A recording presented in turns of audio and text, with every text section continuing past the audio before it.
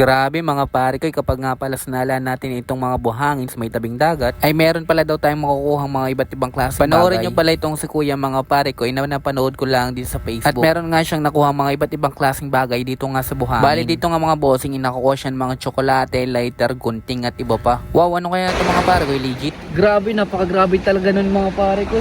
Gamit lang yung salaan. May nakukuha silang iba't ibang mga susi, mga sneakers. Kaya naisip ko subukan din. Ito may daladal tayong pansala. Ito gagamitin natin to para magsala kung talagang legit siya. Kaya tara, samahan nyo ako. Nandito nga pala tayo ngayon sa applyan namin. Dito malapit sa pier. Oh. Kung mapapansin nyo, para siyang mababa dahil dito kate, sa English low tide siya. Kaya tara, subukan natin. Madaliin na natin. Tara.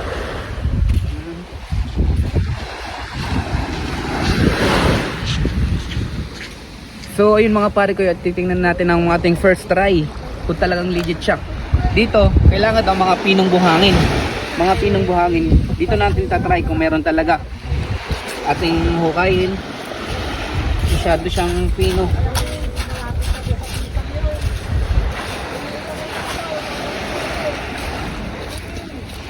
Pagkatapos daw salain, sinasala daw ng ganyan.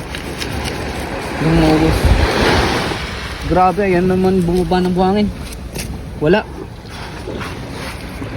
Unang try, wala. Subukan natin sa iba. Subukan natin dito. Tara.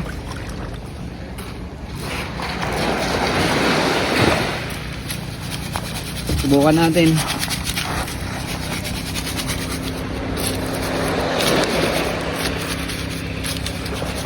Yun, may nakikita akong makintab. Grabe, ginto. Ginto. Wow. Wow, legit nga siya. Legit. Sa iba naman, sa iba. May nakuha tayong ginto. Pera ata to. Subukan natin sa iba. Dito tayo, dito.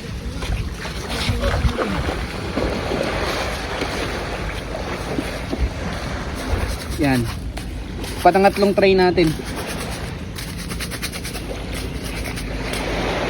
Yan, may nakikita akong parang silver. Wow, legit nga talaga siya mga pare. May nakakita akong silver. Grabe. Talagang legit siya.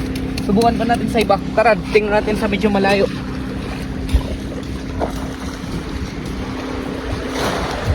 Dito. Yung sa iba, may nakikita silang mga susi ng kotse. Sana may makita rin tayong ganun. Wow! Grabe mga pare ko, may susi talaga siya oh. Ang liit. Wow, susi. Anong susi kaya to? Wait, ang liit. Susi ba to ng kotse? Susi ng mansyon? Grabe.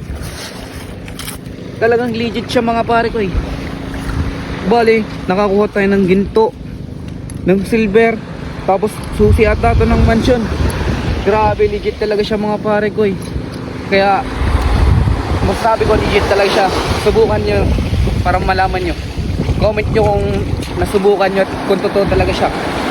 So hanggang dito na lang muna. Paalam.